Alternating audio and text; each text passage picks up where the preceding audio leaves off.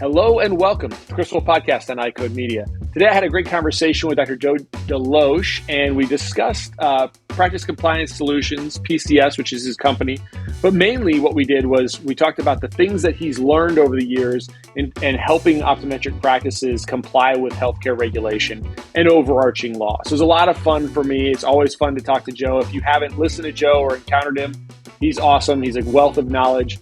Please enjoy our conversation. As always, be sure to subscribe to the podcast, write a review, share it with your friends, and support those who support us. Listen, if you're trying to enhance a protocol in your practice and you're trying to answer whether or not you can integrate this protocol in a way that allows you to take care of patients who have both medical and managed vision care needs, we've got the thing for you. It's called Total Patient Care, iCodeEducation.com. We also have a mastermind group that is quickly forming and quickly filling up for this summer that's going to start and launch on June 1st. So don't wait, get access. We'll have a coupon code now in the show notes that will allow you to access that at a discount and jump on board with the Summer Mastermind Total Patient Care group. It will help you answer the questions that you're struggling with within your practice to integrate new protocols and new disease state management. Check it out, iCodeEducation.com. That's EYECODE education.com.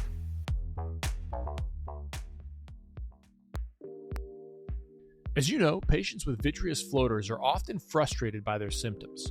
The challenge as clinicians is to offer solutions for our patients for vitreous floaters that are effective. But more often than not, the options of YAG vitreolysis and vitrectomy are not practical because the benefits don't outweigh the risks. That's where Vitreous Health from MacuHealth comes into play. Previously on the podcast, I've discussed the FLIES study with Dr. John Nolan, and the bottom line is that I can be confident prescribing this for my patients with floaters because I can tell them a large randomized placebo-controlled trial found that after 6 months of supplementation with Vitreous Health, floaters were reduced in size by approximately 30%, and 70% of patients had an improvement in their symptoms. Vitreous Health has been great for my patients, and we really feel like we have a viable option to treat patients with vitreous floaters now that we didn't have before. If you're not utilizing Vitreous Health for your patients, reach out to your MacuHealth representative now.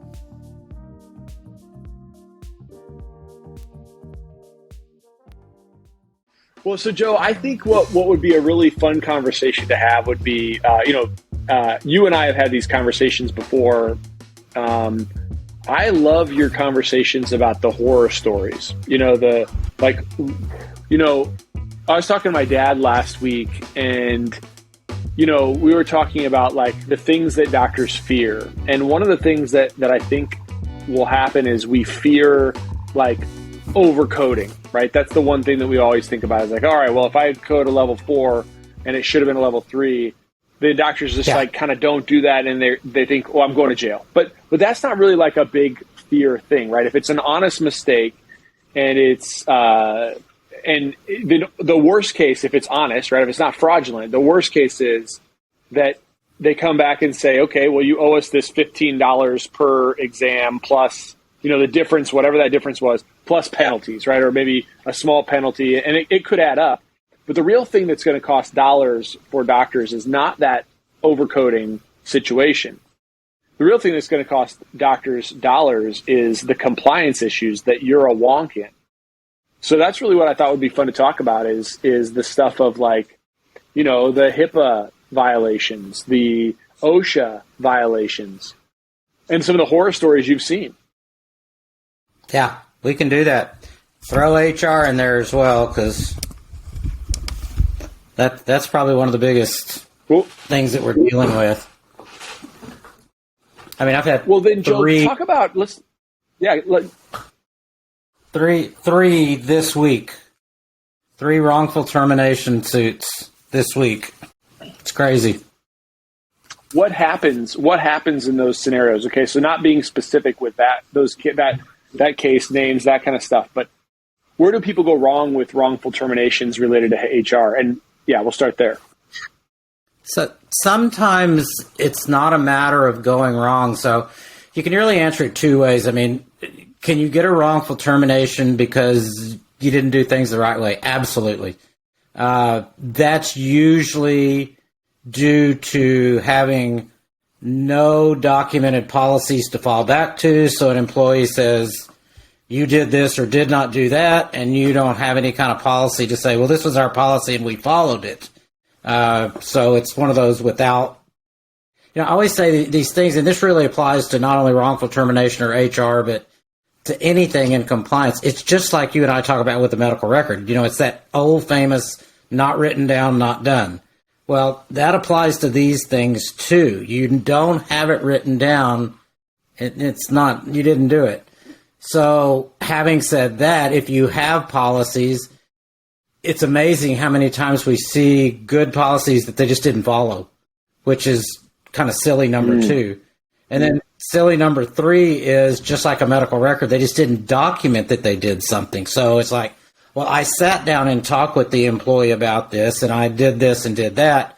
Well, was that written down? No, we just had a verbal conversation. It's like, well, take that to court. They're gonna be real pleased, but you're just not gonna win because it's back to that not written down, not done.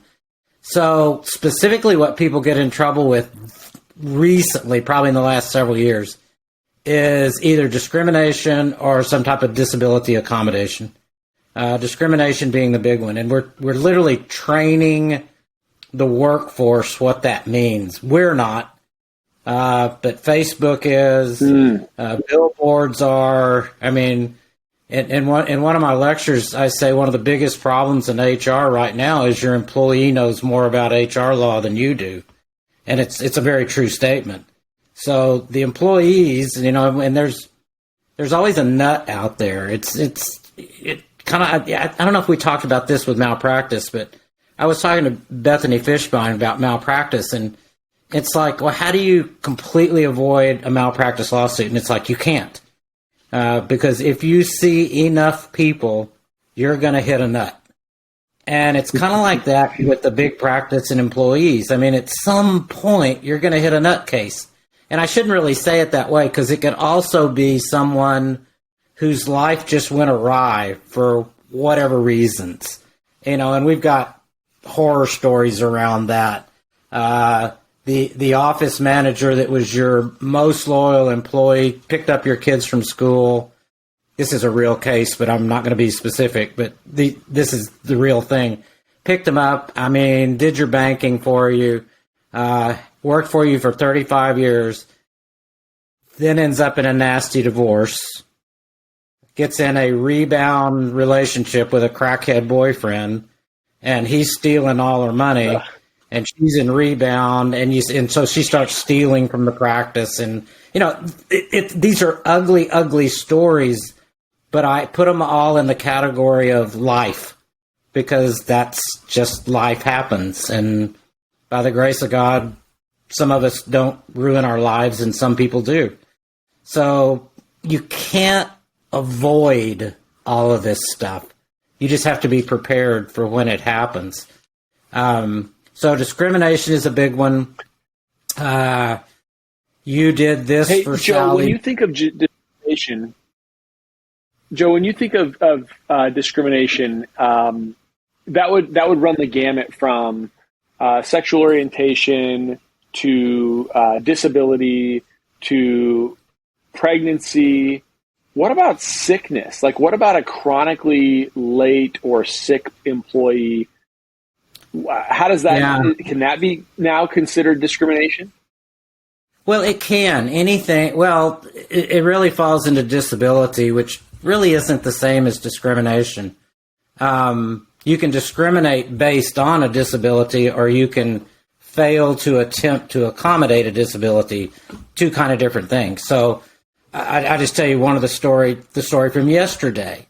And this is where the law just doesn't work in the employer's favor. So I get a call. We've got an employee. She's been with us about 9 months. First 3 or 4 months was doing great. Got through probationary period, great. And then just starts not showing up on time. First time, 10 minutes, then it's 30, then it's 40. Then I don't even call in till 11 o'clock, and then my car wouldn't start. And then it just becomes 3 or 4 days a week. It's always something going on. Write them up, can't do this. We're relying on you to be here on time, et cetera, et cetera. And then in one phone call, they literally had already decided that they're going to terminate this employee and had every reason to whatsoever. One text to the office manager says, I can't come in this morning. I have morning sickness. Well, she had not informed it at all that she is pregnant. But by the law says that they don't have to come and tell you I am pregnant. It's where there are situations that you would have inferred that is the case. Well, there's not much that happens to cause morning sickness except pregnancy. So, when this one goes to an attorney, if I have a few too many drinks, Joe, I might have morning sickness. Yeah, but this is a female. I suppose it could, but the point is, it's kind of obvious what was going on here. So she files a wrongful termination lawsuit based on them not wanting to accommodate her pregnancy. This is the kind of stuff that happens. Now, they're in pretty good shape, but it's just recognizing these small things that you really have to do, because now they're going to have to get an attorney and fight this. And even if they win, it's a hassle and you end up paying money to get out of it. And it's just bad. So it's the kind of thing, discrimination. Yes, that can be sexual, but it can also be, honestly, the most common is you're just being an ass to your employees. It really falls under what they call the new category is literally bullying. So you're just being a bully. You're just treating me badly, and it's like common sense is how you get out of most of this, because you just be nice to people.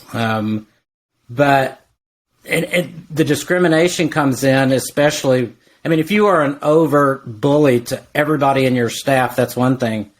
But that's typically not what gets you in trouble. It's the employee that you don't pay attention to, or you don't treat equally fair, or you have your pets. And this is all, it's hard to avoid because it's our normal nature to have employees we like better than someone else. But in this day and age, that doesn't play well. So then let's talk then about the sickness issue. So we said clearly it's a problem if it's pregnancy. That would be a problem. But let's say it's a patient that let's say they had Crohn's disease, or let's say they had some sort of non-controlled inflammatory arthritis that made it really challenging for us for them to come into work and feel comfortable. When does it become a sickness versus like a disability that's like, look, this thing is just impacting your ability to come to work and you're not productive, versus like, now I can't let you go because of it? Yeah. Well, this is a little bit like what you were talking about with, I'm afraid if I code this one exam too high, I'm going to jail. Well, there's this fear out there that if I don't completely provide for every single thing that goes wrong with one of my employees, that I'm going to get sued. And that's not really the case, and the law doesn't even support that. You have to start with, this all falls under the American Disabilities Act. And the first thing in that law is that it only applies if you have 15 or more employees. Now, having said that, I'm going to say erase what I just said, because the courts are really not following the law anymore. They're kind of saying, I don't care how small or how big you are, it's your job to try to help people. Now, the law really gives everyone an out by a very stated clause that says you need to make a reasonable attempt to accommodate, as long as it does not impose some undue hardship on the practice. Well, reasonable and undue hardship are the two terms that are problematic because they're subjective terms. But the law usually is not overbearing on this. So let's use your Crohn's example. I've got Crohn's and I'm having trouble in the morning and I have to take off half a day more often, or I'm coming in late more often, or I have to leave because it's acting up. Now, let's say that you're not this massive 50 employee practice. Let's get those out of the way, because the law is more onerous the bigger you are. But in most optometric practices like we would deal with, yes, you have an obligation to make reasonable accommodations.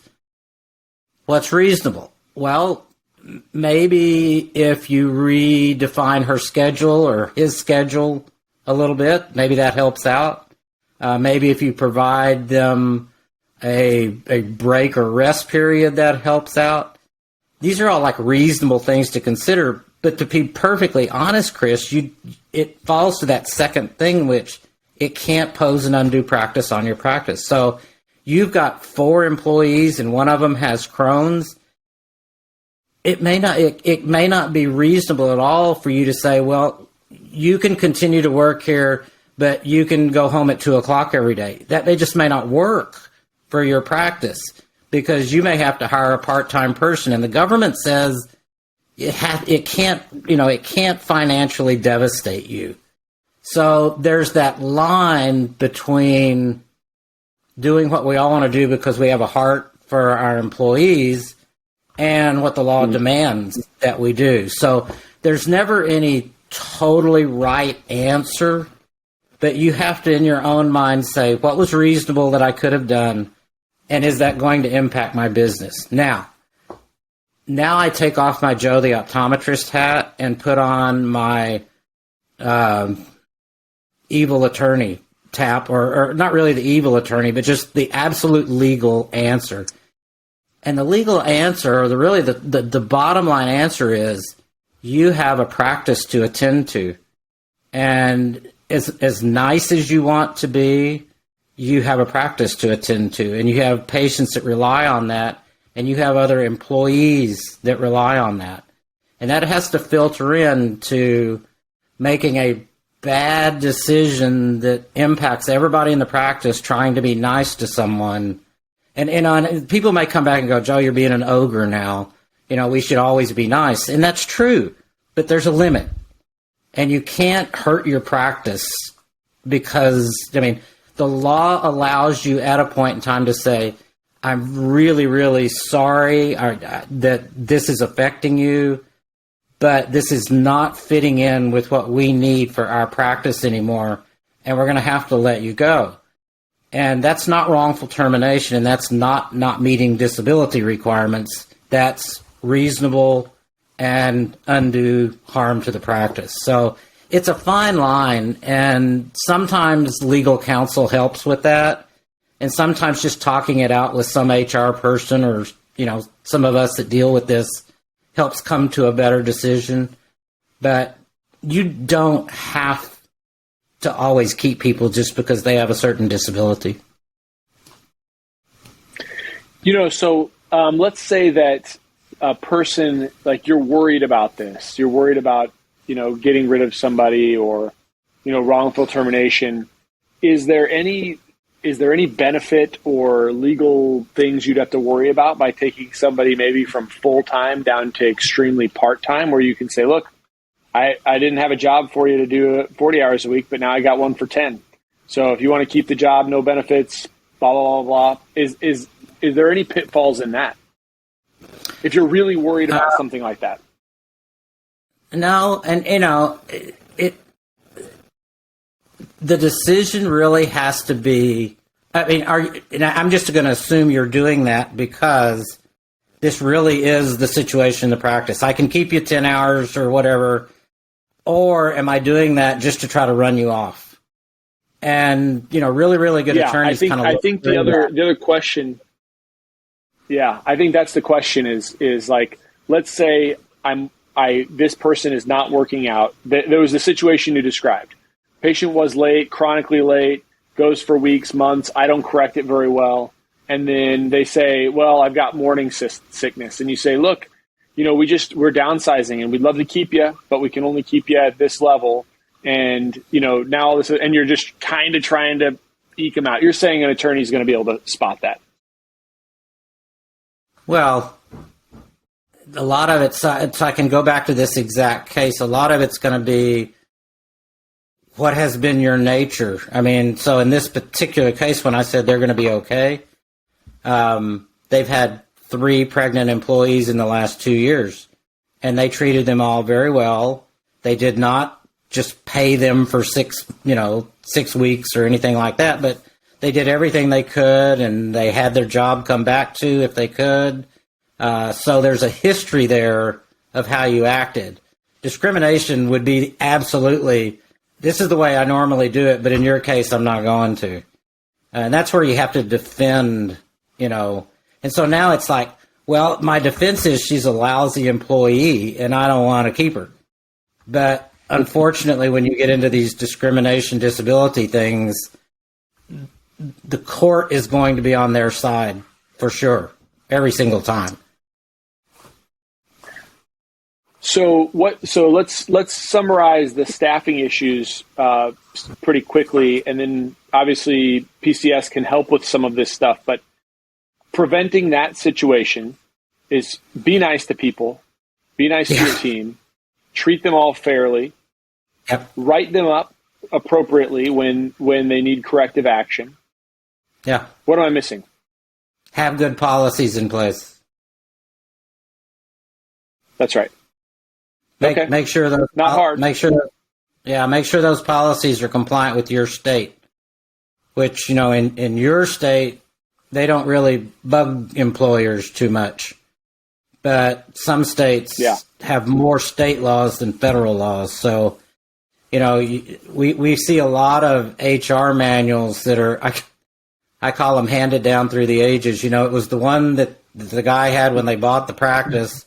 And then they gave it, they sent it over to Chris, and he looked at it and said, change this. And they sent it to Joe and change this, and you end up with this hybrid something at the end that breaks about half the laws. So make sure it's a current, up-to-date, legal document compliant with all the laws. That's the biggest defense you have.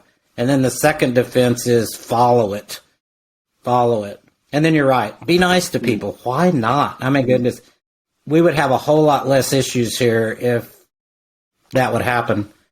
The one other thing I'll add that we're kind of closing in on this part of it is you got to really be aware of what's going on in your business, and the law actually says you have to. So, in things like discrimination and that, it's not a very good defense to go, gee, I didn't know that the optician was harassing my technician, because the law kind of says you have an obligation to know that. Now, obviously, you can't always know everything going on, but a lot of that is really staying in close communication with your supervisors, make sure they're trained to spot these kind of actions that could be problematic for you, and talking to your employees, walking around, hey, everything's going on, you have any problems, everybody happy? Just checking in is a good thing. But you do kind of have an obligation to know what's going on inside your business. Cool. Thanks. All right. So let's talk HIPAA. What is the problems with HIPAA? Where do people get concerned about HIPAA that is probably not as big of a problem? What should we be looking at with our practices from a HIPAA standpoint? Yeah. HIPAA's it's kind of one of my least favorite and favorite things to talk about, because it is literally one of the most misunderstood laws out there.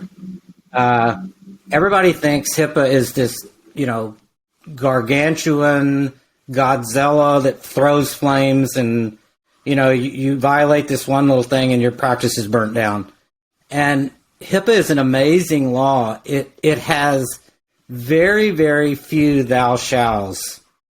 It just has this overlying principle of you have an obligation to protect your patient's information.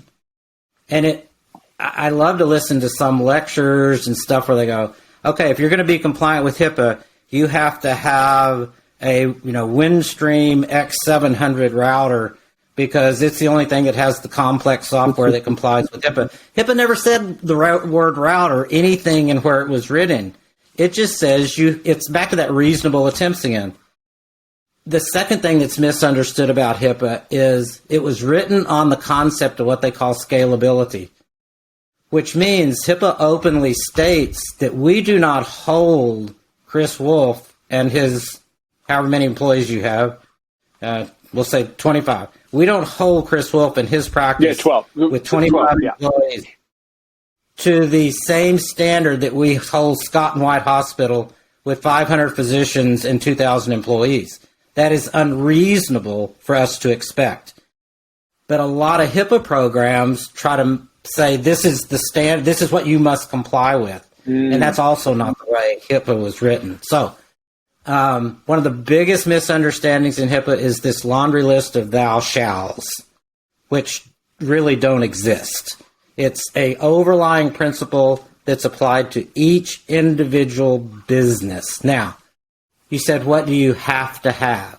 You do have to have policies. So you have to have written policies that comply with how you have evaluated your practice and determined how you're going to protect patient privacy and information within your practice based on your financial potential or your financial, ability, where it is. Someone's a practice that is in East Dallas, which right now is one of the hottest crime areas in the United States, is going to be different than a practice in, Othela, Kansas somewhere. All of that is taken into consideration in HIPAA. It's not a boilerplate law.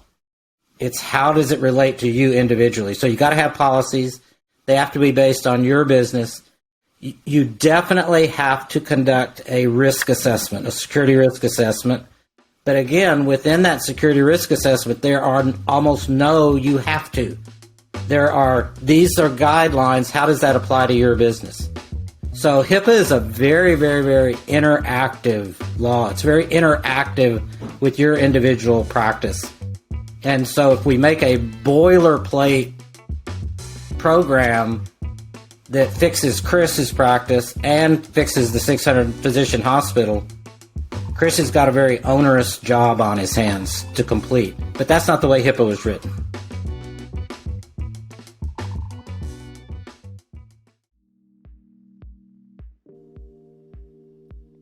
Young and emerging presbyopes can be tricky. These patients want and need additional help at near, but they can be resistant to solutions that create even mild distance blur.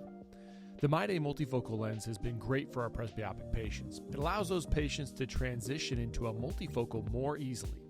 We've had this lens now for long enough that we've been able to see how simple transitions can be from an adaptation standpoint from lower ad designs to higher ad designs. The MyDay multifocal material is CooperVision's softest one-day hydrogel lens and features Aquaform technology combining the unique balance of high oxygen permeability with natural wettability in one material. The result is a highly breathable lens that keeps our patients' eyes looking clear, white, and healthy. So if you haven't started utilizing MyDay multifocal in your practice, I'd encourage you to reach out to your CooperVision representative to get started.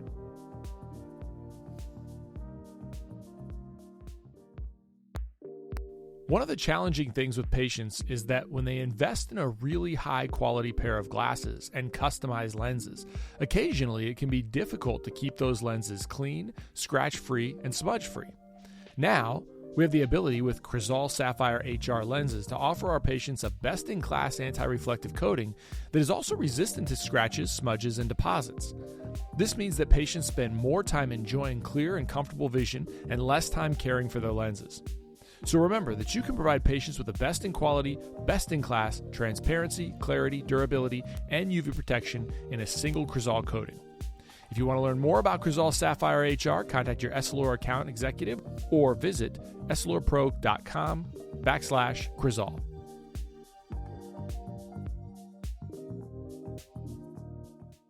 The problem with it is just the unknowns and the unknowables and the vagueness that people struggle with. And unfortunately, you see them, you kind of bury your head in the sand where you're saying, like, do a security risk analysis.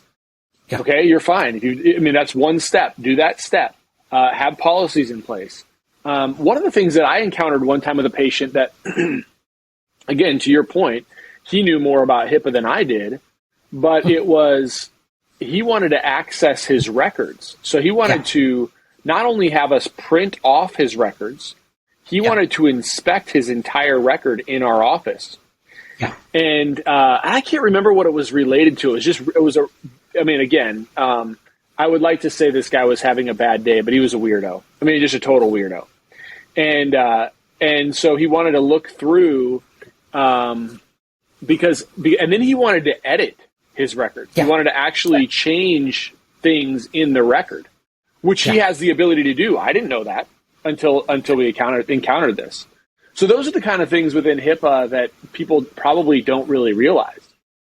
Yeah. So I said there's not a lot of those. That most of the rules, could be half of them, relate to the exact topic you just brought up, which is access to medical records. And all of the new edits or the amendments that are coming in HIPAA are all more access the patient has to their records. But you're right. They do have 3 rights. They have a right to a copy of it, and it's a copy in whatever format they want. So they can say, I want it on a piece of paper, or I want it emailed to me, or whatever format they want. They do have the right to inspect in your office. Now, the law says they can't just walk in and demand that. It can be scheduled. They can be supervised. They can't just sit there at the keyboards. As a matter of fact, they can't touch the keyboard. They can look at the record, but they really can't go manipulate it, which is the third point about they have the right to change it. And clarify that just a little bit. They have the right to ask you to change it. But they don't have the right to demand that you change it, because they can ask and you can say no. And, when people say, well, what should I say? In most cases, the answer is no. If your medical record was conducted correctly and they come in and say, you know what? I don't want the fact that I have migraine headaches in my history. It's like, well, I'm sorry. That's appropriate medical documentation. I'm not going to take that out of your record simply because you don't want it in there. Now, are you going to make people mad? Yes, but you said it. The people that come in and do this kind of case are the real outliers. And, I hate to kind of classify them this way, but they're almost like patients you would just as soon go down the road because they're kind of a grievance to your practice. But they do have those rights. They do absolutely have those rights. It's hard because, I say, okay, well, he would... Go ahead. Oh, the number one cause of a HIPAA complaint is failure to release their medical records. If you check with state boards, they'll tell you it's almost number one. If not the number one cause of a complaint with the state board is you didn't give me my records. Yeah, this particular, I classified him as crazy. I shouldn't say.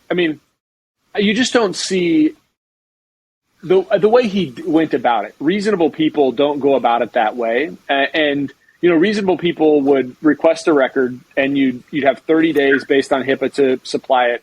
Most of us do it like that, and then if there's something that's incorrect, I don't mind if somebody wants to inspect their record. I don't really mind it, but it's not like the quote unquote normal person that comes in and like the Joe DeLoach that comes in and be like, hey, Chris, I just would like to take a look at my record to make sure it's accurate. That just doesn't usually happen unless there is some reason for somebody to think that. Then you kind of reflect on yourself, like, did I do something that made this patient think that they needed to check the record? But no, I didn't, because otherwise you'd expect a lot of patients to do that. So that's exactly what we did. Was we had him sit down and he watched and he looked, and there were things that he put on his history form. So on his intake history form, he had a whole bunch of retinal history, and he wanted it out of the chart because I was an optometrist and not an ophthalmologist. So he didn't think that it needed to be in my chart. And so what I accommodated with him was I said, I said, well, I'm not taking that out. It's in your history form. It was something that you told me when you came in. And I'll put a note, I made a note in the chart, patient requests that this be removed because Dr. Wolfe is not an optometrist, blah, blah, blah, blah, blah. And I left it alone. That was kind of like, let's get this guy out of here as fast as we can and not have like a showdown with him in my office. But yeah, anyway, that's what I remember. It was years ago, but it was just, it was an eye-opening experience for me because I always thought of HIPAA as just purely patient privacy, but it was also a lot about patient access. Yeah. That's almost more what it is. The second big part of HIPAA is, of course, cybersecurity now, which, again, has really, to be honest, nothing to do with patients' medical records. No one cares if your patient has a retinal problem. We have all the information for identity theft. And that's why people want medical records. They don't care your patient has herpes. They want to know their social security number, their driver's license number, their email, and we got all that stuff. So that's why medical records are so valuable and why the cyber criminals are going after them. So again, we have an obligation to try to limit that. And that's where a lot of the big problems in HIPAA are coming from right now. And that's where you just have to work with IT. I think we've said something like this before, but it's like too many people think their OD degree had an IT degree that came along with it. This is good money to go hire an expert that really knows how to do this stuff properly. And it's a good investment in money. I said, the Windstream 700 router. Well, look, the bottom line is you really want a really high-level router. You want really high-level IT equipment so that you can do everything you could do reasonably to protect the transmission of these records. So it's not that it's against the law not to do that, but I wouldn't want to go to court and go, yeah, I had Jimmy next door set this up, and we just decided the AT&T business class was a okay thing, because the judge may not decide that's reasonable. But HIPAA gives us that leeway sometimes to go hang ourselves. Yeah, okay. I think that's helpful. I think that's very helpful. Last one, because I'll be respectful of your time. OSHA. No. You want a HIPAA horror story? Oh, you got something? Yeah, you want totally. the worst? You want the worst? Yeah, Here's the worst. Hear it. Yeah, let's hear the worst.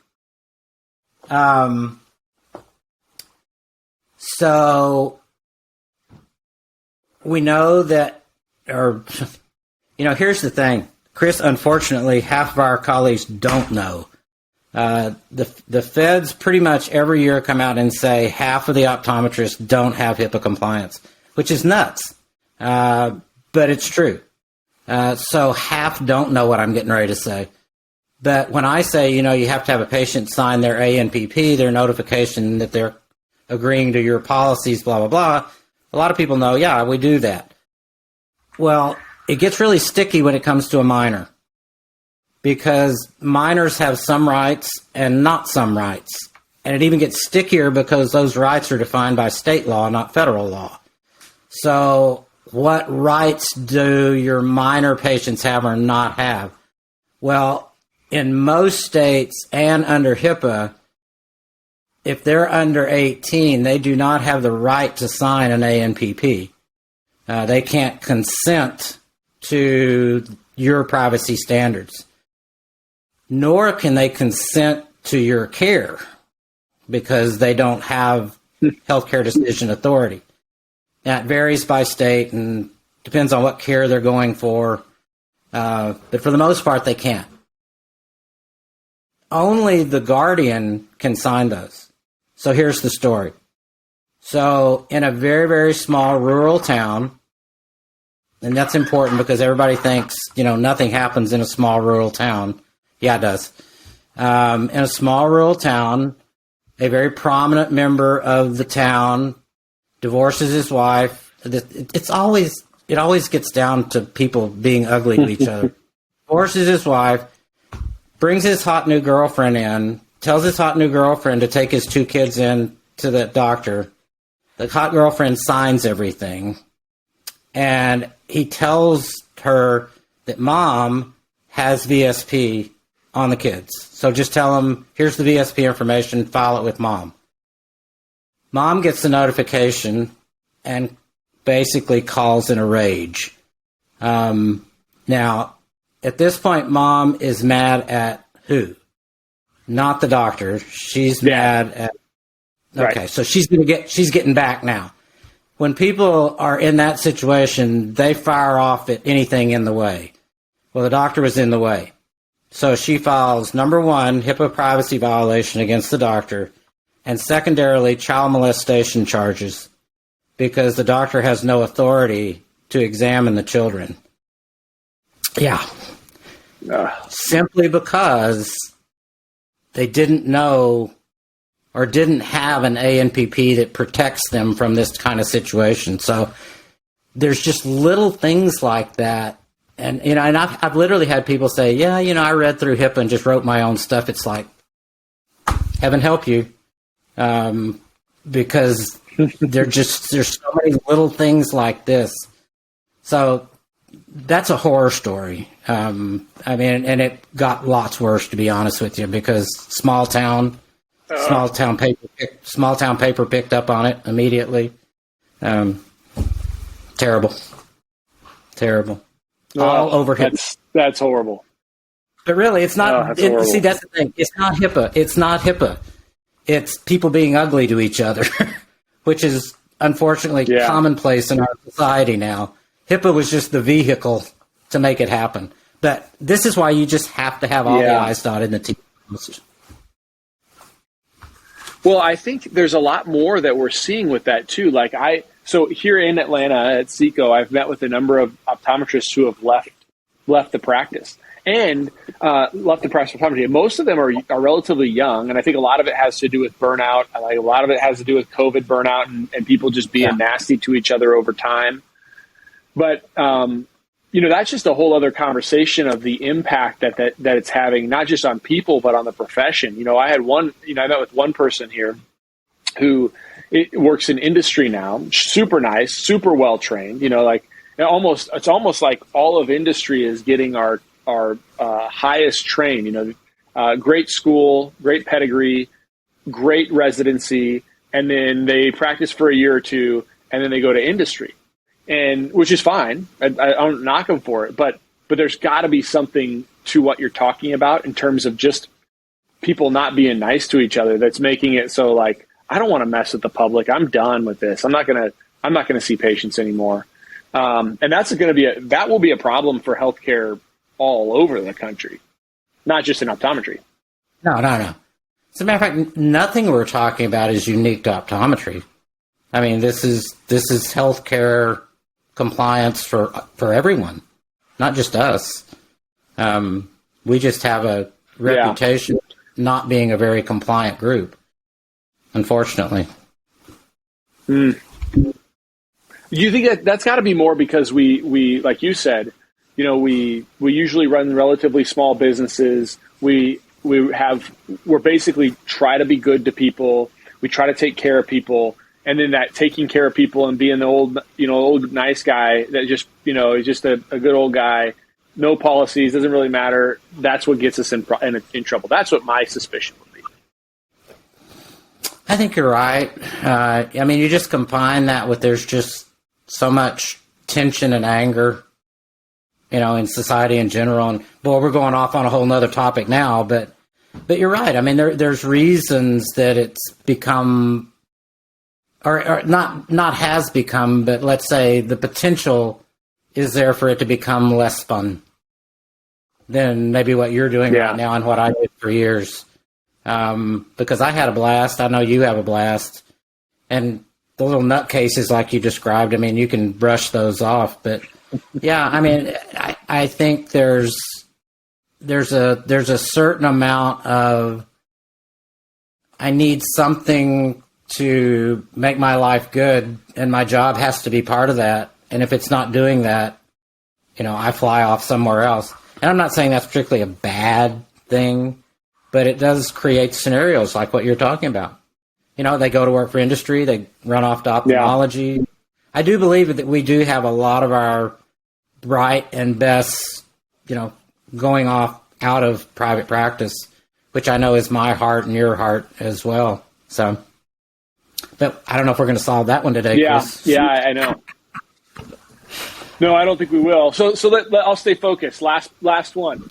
OSHA. Give me an OSHA horror story, and then maybe like the top 2 or 3 things that optometric practices do that violate OSHA. Yeah. So the number one thing optometric practices do that violate OSHA is ignore it. So the estimates are about 20% of practices are compliant with OSHA. Some of that comes from a totally misguided thought of, I'm just a small business, I'm just an optometry thing, and it doesn't apply to me. And I just don't know how many times we can say that's just not true, because it applies. If you have a business and an employee, it applies to you. Whether you make widgets or provide eye care, it doesn't matter. So it does apply. OSHA is absolutely the gorilla in the room. It is the biggest, baddest agency in Washington and has the most power of any agency in Washington. People, HIPAA's a little mouse compared to OSHA. So what you have to do, it's the same. Every one of these policy areas, whether it be OSHA or HIPAA or HR or patient discrimination issues, all these things, they all have the same answer. You got to have policies of how you do this in your practice, and you have to abide by them. Now, with OSHA, there are a bunch of thou shalls. It's not like HIPAA. So they have a bunch of rules, like you must have inventory of chemical lists. You must have SDS sheets that go with that. You must have fire protection plans in your office. You must have fire extinguishers that meet this code and how many and where they're hung and blah. It's just rule after rule after rule after rule. And so it's the hardest one to follow it at one level. On the other hand, they pretty much spell out what you're supposed to do, so it becomes a checklist to some degree. There's not as much ambiguity of, how do I protect my patient's privacy? With OSHA, it's really a big O checklist, but it's a big O checklist. And some of it is ridiculous, just absolutely ridiculous. And there's a huge checklist. You don't get a break because you're a small business. You get a break because of what you do. So, in other words, obviously, there's probably 100 pages of OSHA law related to crane operators and construction work. Has nothing to do with optometry. So you have to dig down through everything to say what applies to a small healthcare business. But they do. And they're even very different by state. If you have the ability to do lasers in your state, new OSHA issues. If you have the ability to do minor surgery, new OSHA issues. So it is a complex monster is really what it boils down to. Yeah, that's the one I think, like you said, probably needs to be worried about, but most people don't worry about it. Yeah, well, okay, Joe, you want the story? Yeah, I always hate to say this is the worst one because then everybody's like, "Oh, that's the worst one. Nothing else ever happens." But I mean, they happen all the time. But the worst ones are obviously the headlines. So employee, and this is funny because we go and inspect offices all over the country, and I see this all the time. You have your contact lens room, and because we have so many contact lens samples and supplies now, they go all the way to the ceiling, and so we got step stools and ladders climbing up on these things, getting on. Okay, so that sets the stage. Well, slips off the step ladder, twists the ankle, continues to work the rest of the day, but goes home, hurts like heck, goes to ER. Not a deal, sprained ankle. But the nurse in the ER says, "How'd you do this?" "Well, I stepped off a stool at work." "Oh, well, you need to ask them about their OSHA policies regarding ladders, which do exist." And she said, okay. So she goes back the next day limping and says, office manager, they asked that I should ask about OSHA policies. Oh, well, we don't have to follow OSHA policies because we're just an optometry office.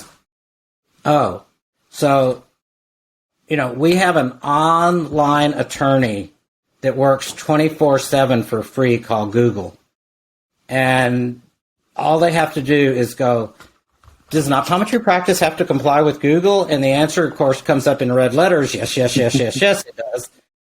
So she goes back and says, well, I looked it up and we do. And they're like, well, you don't have to. And, of course, it goes from there. She gets an attorney. Not attorney, but she calls OSHA just to confirm. And they say, oh, absolutely. Where do you work? Which she tells them about 30 days later. What happens? OSHA shows up and says, we just want to look around and see what your OSHA policies are, blah, blah, blah, blah, blah. Well, here's where you take a government that's bad enough and apply really poor judgment, because they go tell the doctor that the OSHA people are here and want to talk to him, and he's like, tell him I'm behind and I'll catch up with these patients and then I'll talk to them. So they sit in his reception room an hour with their badges and their vests and their guns. So they're hot by the time he comes out. It's poor decision number one.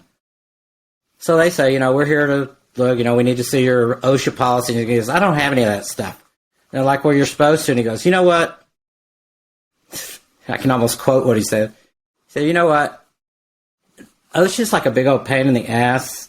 And we do our best to run a nice business and take care of things. Y'all should be glad that we do as good a job that we do.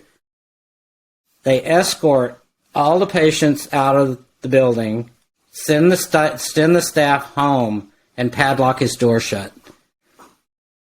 And he can go back into business when he can demonstrate that he is compliant with OSHA. So, combination of a really badass organization with really poor decision making. It's like, do not argue with the government about this stuff. So, yeah. So it's really bad. Yeah. Really when you get pulled over for speeding, your door. you don't. Yeah. It's probably even worse with a picture of the guy trying to cut the lock with big,